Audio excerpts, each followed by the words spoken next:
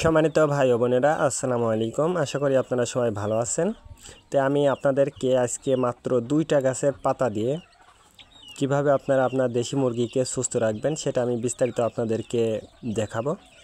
তো অবশ্যই ভিডিওটা না টেনে শেষ পর্যন্ত দেখবেন। আপনি শুধু মুরগিকে সুস্থ করবেন কথা কিন্তু এমন না। এই 2টা পাতা যদি আপনি নিজেও খান তাহলে আপনি নিজেও ঠান্ডাজনিত সমস্যা এবং পেটের সমস্যা থেকে আপনি চিরতরে মুক্তি পাবেন। অবশ্যই আপনারা যেহেতু যারা গ্রামে বাস করেন, বিশেষ করে গ্রামে বাস করেন, অবশ্যই আপনারা যদি একটু চেষ্টা করলে আপনার মুরগিগুলো কিন্তু সুস্থ থাকবে। তার কারণ ঔষধি গাছ কিন্তু আপনার আশপাশেই আছে, কিন্তু আপনি চিনেন না। এই জন্য এই ঔষধি গাছ সম্পর্কে জানতে অবশ্যই আমাদের চ্যানেলটি সাবস্ক্রাইব করবেন। তো আমি আজকে অনলি 2টা গাছের পাতা দিয়ে আমি আমার দেশি মুরগির বাচ্চাগুলোকে কিন্তু আমি খাওয়াবো এবং চিকিৎসা করব। যেহেতু এখন অনেকটা কিন্তু শীত শুরু হয়ে গেছে, আমাদের অঞ্চলে কিন্তু শীত পড়ছে। তো দেখুন, আমি কিন্তু সর্বপ্রথম এই যে বাটিটা দেখছেন বা খাবারের পাত্রটা দেখছেন, এটার মধ্যে কিন্তু আমি সর্বপ্রথম কিন্তু এই গাছের পাতার রসটা কিন্তু আমি ঢেলে দিয়েছি। ঢেলে দিয়ে তারপরে আমি গমের ভুট্টাটা আমি গুঁড়ো করে নিয়ে আসছি শুধু এই মুরগির এই পাতার রসটা খাওয়ানোর জন্য বা ঔষধি গাছ খাওয়ানোর জন্যই কিন্তু আমি এই ভুট্টাটা গুঁড়ো করে নিয়ে আসছি। এবং এটা কিন্তু আমি সকালবেলা খেতে দিই।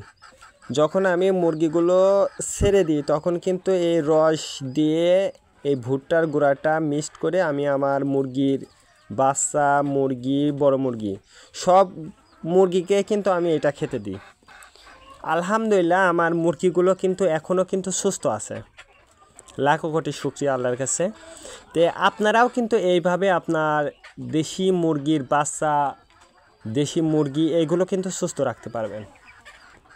তো এগুলো সুস্থ রাখতে হইলে আপনাকে কিন্তু একটু চেষ্টা করতে হবে।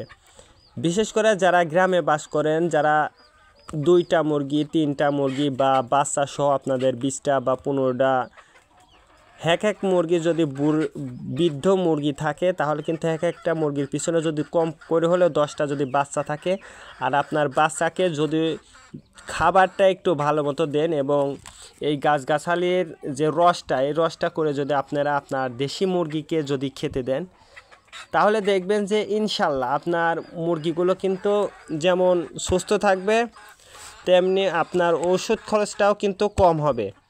আবার যদি আপনি আমাদের মতো যারা গ্রামে বাস করেন, অবশ্যই আমাদের মতো যদি ছেড়ে দিয়ে মুরগিটা পালন করেন তাহলে খাবার খরচটাও আপনার কম হবে।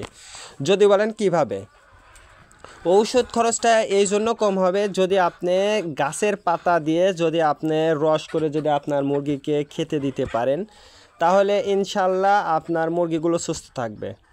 আর খাবার খরচটা কম লাগবে। এই জন্য আমি বলছি যে আপনি যদি আপনার মুরগিগুলোকে আপনার মুরগিগুলো যদি সুস্থ থাকে এবং ছেড়ে দেওয়া যদি থাকে তাহলে কিন্তু সারাদিন খেয়ে বেড়াবে, সারাদিন ও কিন্তু ঝিমাবে না, খেয়ে বেড়াবে। এক্ষেত্রে কিন্তু আপনি অবশ্যই খাবার খরচটা কিন্তু আপনার অনেকটাই কম হবে। তো দেখুন, আমি কিন্তু আমার একটা বাগানে আসছে আর কি এই গাছের সন্ধান করার জন্য। তো এটা হচ্ছে পাথর চুনের গাছ। অনেকেই ভিডিওটা না টেনে শেষ পর্যন্ত না দেখার কারণে অনেকেই কিন্তু গাছের নামটা না শুনে আপনারা কমেন্ট করেন। তো আমি আশা করব যে অবশ্যই ভিডিওটা না টেনে শেষ পর্যন্ত দেখবেন। তো এই গাছটার নাম হচ্ছে পাথরচুনি বা চুনা, যেটাই বলা হয়। এক অঞ্চলে কিন্তু এক নামে পরিচিত। আপনাদের অঞ্চলে কি নামে পরিচিত অবশ্যই আমাদেরকে কমেন্টের মাধ্যমে জানিয়ে দেবেন। তো প্রথমে আমি কিন্তু এই গাছটা নিয়েছি, পাথরচুনির গাছটা। এই গাছটা কিন্তু খুব একটা বেশি বড় হয় না। এইটা কিন্তু ঠান্ডাজনিত সমস্যার সমাধান করে এবং পেটের সমস্যার সমাধানটাও কিন্তু করে। শুধু যে আপনি আপনার মুরগিগুলোকে খাওয়াবেন তা কিন্তু না, আপনি যদি নিজেও এই পাথরচুনের পাতাটা খান তাহলে কিন্তু আপনার পেটটা পরিষ্কার হয়ে যাবে। অর্থাৎ পেটের যে ভাবটা, অর্থাৎ যে পেটের ভিতর মধ্যে যখন ডাকে ওই ডাকটা কিন্তু কমে যাবে।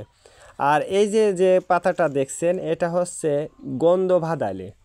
এটাকে কিন্তু আমরা গ্রামে, অর্থাৎ যারা গ্রামে বাস করে তারা কিন্তু এটা দিয়ে বড়া তৈরি করে খায়। শুধু গ্রামে না, আপনার শহরেও এটা কিন্তু বড়া বড়া তৈরি করে খাওয়ার পাতা হিসাবে পরিচিত, কিন্তু শহরে খুব কম পাওয়া যায়। এটা কিন্তু গ্রামে পাওয়া যায় এবং শহরে কিন্তু এটা নিয়ে যায় বিক্রি করা হয়। তো দেখুন, এটা হচ্ছে গা গন্ধ ভাদলের পাতা। তো এই গন্ধ ভাদলের পাতার সঙ্গে আর একটা পাতা আপনাদেরকে দেখাইলাম, সেটা হচ্ছে পাথর চুনার পাতা। তো এইটা কিন্তু মিক্সড করে আমি রস তৈরি করে কিন্তু আমি আমার মুরগির বাচ্চাকে খাওয়াবো। দেখুন, এটা কিন্তু তৈরি হয়ে গেছে। তো এই পাতাটার রস এইভাবে করে, অর্থাৎ আপনার মুরগি যতগুলো আছে অবশ্যই আপনার পরিমাণ মতো, অর্থাৎ কতটুকু পানি দিবেন, অর্থাৎ কতটুকু খাবার দেবেন, এটা কিন্তু মুরগি যতগুলো আছে আর কি ততগুলোর উপর নির্ভর করে কিন্তু আপনারা এই রসটা দিবেন, বেশি কিন্তু দিবেন না। তো ভিডিওটা কে কোন জেলা থেকে